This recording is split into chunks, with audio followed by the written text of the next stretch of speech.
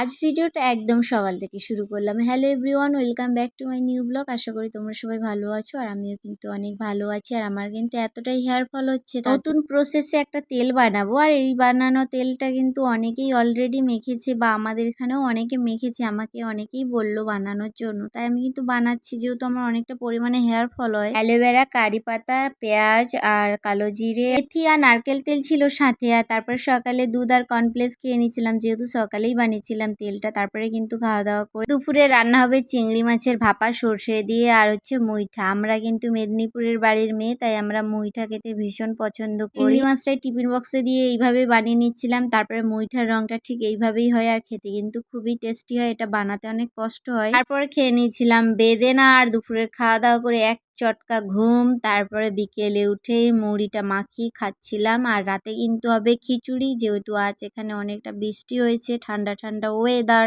কাঁচা রসুন আর সবজি দিয়ে খিচুড়ি খেতে তো আমার অনেক ভালো লাগে। তোমরা কারা কারা পছন্দ করে বলো।